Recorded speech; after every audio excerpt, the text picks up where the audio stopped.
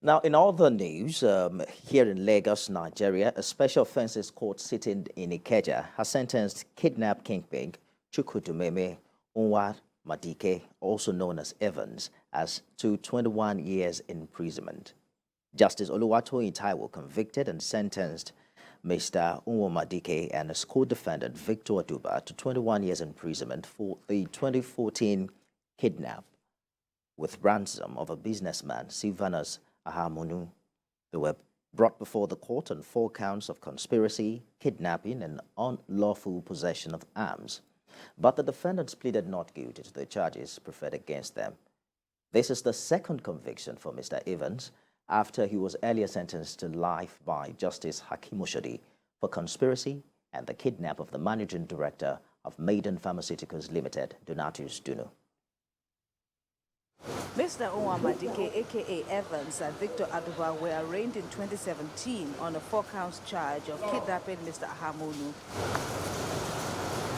The prosecution had presented 4 witnesses, including the victim, to testify in its case.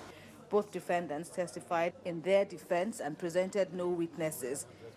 The victim had testified in court how he was kidnapped by armed men dressed in army uniform, one of whom he identified as Evans, and how he was freed after 2 months upon paying the ransom. The victim also told the court that he again identified Evans at the police station upon his arrest, and that the defendant even apologized to him for the acts. The judge held that the witness' ability to recollect who he saw wasn't discredited, and that it was unlikely he could have forgotten the identity of his abductors within that interval. In upholding Evans' confessional statement while in custody, the court dismissed his allegations of torture by the police and held that there were no bruises or marks on him. During his video interview with the police, the judge held that the interrogation done by a police sergeant, Julius Ekundayo, was, quote, skillfully extracted, as Evans was seen duly cautioned before the questioning, and that he asked the officer to write down his statement for him, which he then signed after it was read out. The police officer and his superior were also found to have countersigned the statement. The court added that Evans revealed all his escapades in that interview and mentioned the names of his victims and the ransoms paid. He spoke freely, as if he was proud of his accomplishments.